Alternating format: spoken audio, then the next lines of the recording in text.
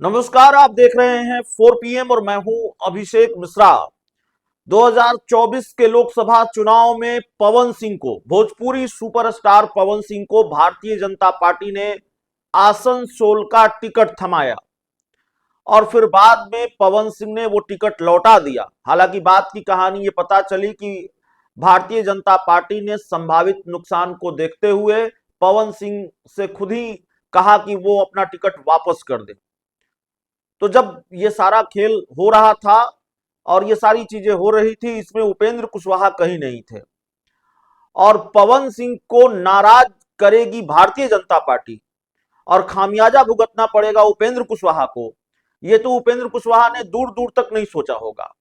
कहां आसनसोल, कहां काराकाट। लेकिन जब आसनसोल का टिकट पवन सिंह ने वापस कर दिया और आसनसोल से जो झगड़ा शुरू हुआ वो काराकाट तक पहुंच गया और कैसे फिर पवन सिंह विलेन बन गए, उपेंद्र कुशवाहा के लिए यह बताने की जरूरत नहीं है।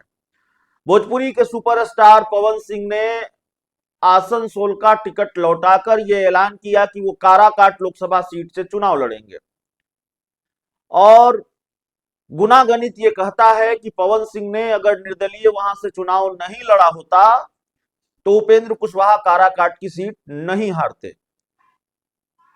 पवन सिंह दूसरे नंबर पर रहे और उपेंद्र कुशवाहा तीसरे नंबर पर रहे, यानी कि पवन सिंह हार कर भी उपेंद्र कुशवाहा पर भारी साबित हुए। अब जिस उपेंद्र कुशवाहा ने, माफ कीजिएगा, जिस पवन सिंह ने, जो पवन सिंह उपेंद्र कुशवाहा को काराकाट की सीट हरा देते हैं, वो पवन सिंह क्या फिर विलेन बनने जा रहे हैं उपेंद्र कुशवाहा के लिए? और उपेंद्र कुशवाहा से ज्यादा भाव क्या भारतीय जनता पार्टी पवन सिंह को देने जा रही है? उपेंद्र कुशवाहा की उम्मीदों पर भारतीय जनता पार्टी पानी फेरने जा रही है और मामला राज्यसभा सीट से जुड़ा हुआ है।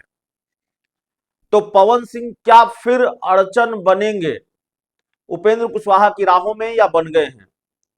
राज्यसभा उपेंद्र कुशवाहा नहीं, पवन सिंह जा रहे हैं, ऐसी चर्चा अब राजनीतिक गलियारों में तैर रही है। पवन सिंह को भारतीय जनता पार्टी वापस ले आई, उनकी घर वापसी हुई। उन्होंने विधानसभा का चुनाव नहीं लड़ा और विधानसभा का चुनाव नहीं लड़ा तो ये चर्चा चल रही थी कि कोई बड़ी जिम्मेवारी भारतीय जनता पार्टी उनको दे सकती है या कोई और बड़ी डील हुई है। विधानसभा चुनाव में लड़ाई को लेकर डील नहीं हुई है, विधानसभा सीट को लेकर डील नहीं हुई है। तो क्या पवन सिंह भारतीय जनता पार्टी के कोटे से राज्यसभा जा रहे हैं? यह चर्चा जंगल की आग की तरफ फैली हुई है।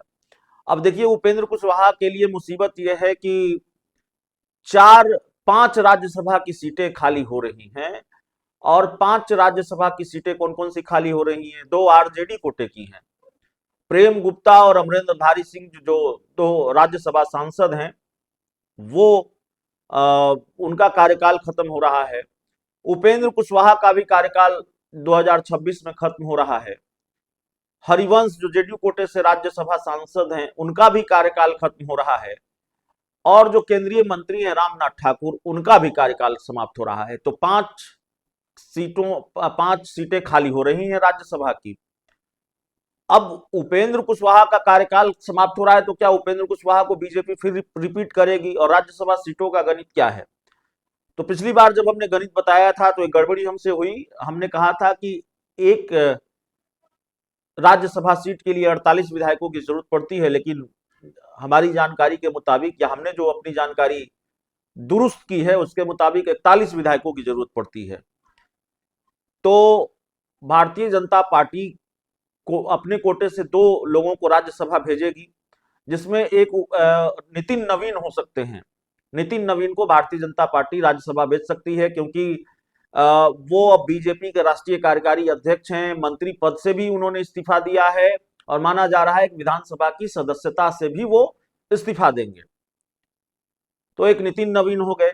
भारतीय जनता पार्टी दूसरी सीट से पवन सिंह को राज्यसभा भेज सकती है और दूसरी तरफ जेडीयू कोटे के 2 सीटें हैं, तो जेडीयू दोनों सीटों से अपने दोनों नेताओं को, रामनाथ ठाकुर और माफ कीजिएगा, रामनाथ ठाकुर और जो हरिवंश है, उनको रिपीट करेगी। तो जेडीयू और बीजेपी दोनों दो दो लोगों को राज्यसभा भेज सकती है, इस तरह का गणित है। अब 5वीं सीट से राज्यसभा भेजने के लिए किसी के पास बहुमत नहीं है। जे बीजेपी के पास 89 विधायक हैं, तो बीजेपी दो लोगों को भेज सकती है। जेडीयू के पास भी 85 विधायक हैं, वो भी दो लोगों को भेज सकते हैं। अब उपेंद्र कुशवाहा का मामला फंस रहा है। पवन सिंह अगर राज्यसभा जाते हैं तो उपेंद्र कुशवाहा राज्यसभा कैसे जाएंगे? और दूसरी तरफ तेजस्वी यादव के पास भी, आरजेडी के पास भी बहुमत नहीं है अपने लोगों को राज्यसभा भेजने के लिए, क्योंकि पूरा विपक्ष भी अगर मिला दें तो 41 विधायक नहीं आते हैं। तो जाहिर तौर पर उपेंद्र कुशवाहा के सामने ये बड़ा संकट है। हालांकि भारतीय जनता पार्टी ने 2025 के विधानसभा चुनाव से पहले कोशिश की कि उपेंद्र कुशवाहा और पवन सिंह के बीच जो दूरियां हैं वो मिट जाएं, और पवन सिंह खुद से कारा काट नहीं गए थे। बाद में ये बात सामने आई, कुछ बीजेपी के नेताओं ने कहा कि वो पवन सिंह को कुछ बीजेपी नेताओं ने ही वहां मैदान में उतारा था उपेंद्र कुशवाहा को हराने के लिए, और उपेंद्र कुशवाहा ने भी कहा था कि पवन सिंह आए थे या लाए गए थे, सबको मालूम है। तो 2025 के विधानसभा चुनाव से पहले पवन सिंह उपेंद्र कुशवाहा के घर जाते हैं, उनके सामने झुकते भी हैं, उपेंद्र कुशवाहा उनको गले लगाते हैं, लगा कि सब कुछ ठीक हो गया है। लेकिन पवन सिंह एक बार फिर उपेंद्र कुशवाहा के लिए मुसीबत बनते नजर आ रहे हैं, जाने या अनजाने। और उपेंद्र कुशवाहा के राज्यसभा जाने की जो उम्मीद है वो फिलहाल टूटती हुई नजर आ रही है, और ऐसा लगता है कि उपेंद्र कुशवाहा से ज्यादा भाव पवन सिंह को मिलने जा रहा है।